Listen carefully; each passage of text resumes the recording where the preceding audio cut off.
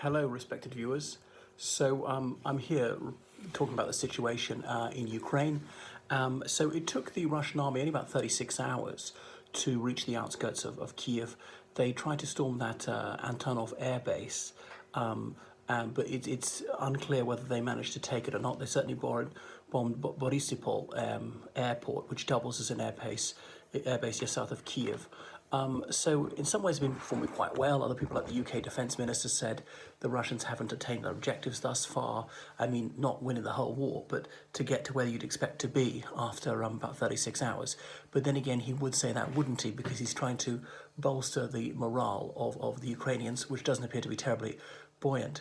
The fascinating thing is President Zelensky is in Kyiv, and he's posted a video showing that, assuming that was made today and not yesterday, saying that he's going to remain in the capital city. But surely that's an unwise thing. You might think it's a courageous thing, but it's not good for the country if he's killed or captured. So if I were him, I'd be fleeing to Poland and just pretending to be in Kyiv and say that you're in some secret location so you can direct operations. I might say, oh, well, then he's a coward fleeing with his tail between his legs. But his role is not to get killed. That would have a disastrous effect on morale. It's to be there leading operations. All right, a lot of people can be soldiers. Only one person can be president. And as Zelensky said himself, that taking him out is a major objective of theirs.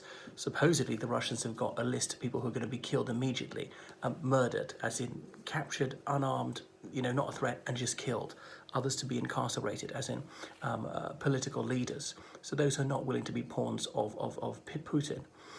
So the fighting goes on. So the Ukrainians admitted to 137 combat deaths in the first 24 hours.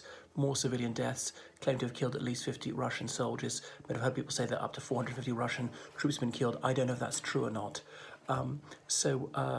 Anyway, the world opinion is obviously not on Russia's side. Okay, Assad's genocidal tyranny, they've taken Moscow's side. This is not company you wish to keep. You can judge people by their friends. North Korea has spoken up for them. China has vacillated because they don't like national sovereignty being violated, because they say, what about Taiwan? That's part of China. And Putin trying to unilaterally redraw the world map, Luhansk, Donbass, Crimea, maybe more. That's obviously a very dangerous precedent to set. Will the United Kingdom sanction Putin? I hope so. I don't see why not. Probably Lavrov, again, probably. Remember that under the Nuremberg Tribunal, under their code, there's an article saying that this war of aggression or propaganda for war, conspiracy to wage a war of aggression, so these are all crimes against humanity. And obviously this is naked aggression on the part of Russia. I don't think there's been a UN General Assembly vote. Obviously nothing's going to get through the United Nations Security Council. Obviously Russia will veto it. China might abstain. I don't think China will vote against, but it only takes one permanent member to veto it. Things have gone reasonably well for Russia so far, and it seems like the Ukrainians just didn't prepare for this. As I say, I'm not a military man, but I thought you'd dig anti-tank ditches. Do they even work? I'm not sure anymore. Or have soldiers guarding bridges 24 hours and blow them up, or have soldiers to penetrate deep into Russia to create havoc, blowing up pipelines and so on, to try and wreck the Russian economy, send world oil prices even higher, but then that's an incentive of the West to try and sort the situation out.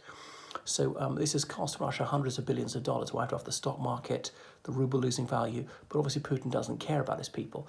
Only 7% of Russians have a middle-class standard of living, as the West would judge it. There are even doctors who have what we would regard as a working-class standard of living. So Putin doesn't care about these people at all. He just cares about his kleptocratic cronies. But you think that some of the oligarchs around him have been hurt so badly financially, they try and knock some sense into him. But we shall see. So there have been asset freezes on those 300 or so members of the State Duma, that's in the lower house of the Russian parliament, who voted to recognize these illegal breakaway entities, Luhansk and Donbass. So I don't see why they've held back on sanctioning Putin personally. The United Kingdom has banned Aeroflot, the Russian flag carrier airline, from landing in the United Kingdom. So Russia upped the ante and banned British Airways from its airspace. So the UK had banned Aeroflot from landing, not from UK airspace. So I suppose the UK's got to raise the stakes. But Russia having the largest land area in the world, that's going to hit BA more than it is Aeroflot. All right. So far, SWIFT is not being closed down. That international payments transfer system has not been blocked to Russia, because the thing called SIPs, Chinese answers to SWIFT, And Western countries are worried that if SWIFT is seen as unreliable, can be closed down as a part of sanctions, more countries will move over to SIPs. It's probably going to happen anyway. So, Germany said that Nord Stream pipeline is not going to operate. So Putin probably thinks he can hold the European Union to energy ransom. But if he does cut off with the oil and gas, it's going to hurt them too. But some are saying he can sell his excess energy to India and China with these very thirsty economies. But I'm not sure that they have enough capacity, enough desire to absorb that energy. If only the United States would lift sanctions on Iran, it would get a lot of oil and gas back onto the market, or indeed persuade their Saudi friends to pump oil and gas like crazy. And it's yet another incentive to move to renewables. Do you think there'll be another iron wall, iron curtain? Well, was Zelensky saying that to try and get the West more involved and saying, why aren't you having tougher sanctions, provide us the weapons? What's a possible outcome of this? That Finlandization, that Ukraine has to be neutral, has to agree not to have any military allies, to have a tiny army itself, and then effectively be within the Russian orbit. Russia wants to be the regional hegemon. And I've heard people saying, well, you could see this coming. Obviously, Ukraine was going to lose. We could have just agreed this last week and then nobody would have got killed. But is that making crime pay? Maybe it is. But at least hundreds of people aren't going to be killed. I mean, there's probably several thousand. Although it's gone reasonably well for Russia, they could be mired in some partisan conflict. Now, the Ukrainian government, they've armed lots of civilians in Kyiv, giving out the Kalashnikovs just to say, defend your homeland. But civilians out of uniform, they're outside the Geneva Convention.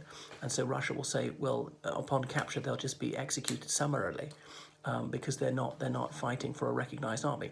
Obviously, Russia's certainly not absorbed the Geneva Convention itself and has used chemical weapons against civilians multiple times in Syria, deliberately murdering several thousand civilians. What else was I going to point out? But the trouble for Russia now is they can't tell who's an enemy combatant, who is not. So they're just going to say, well, we're not going to take the risk. I'm just going to kill anyone I see because they might have a gun that I can't see. And so they're going to end up killing an awful lot of civilians. And of course, there'll be denials. Who would believe a word the Kremlin said? Who would be that imbecilic? Hours before the invasion, they said they were not going to invade.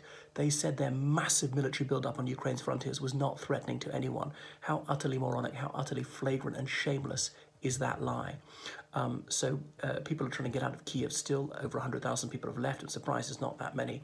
I thought the Russians might have water to Crimea cut off by Ukraine. I don't know, someone said that they did, but they managed to reconnect it.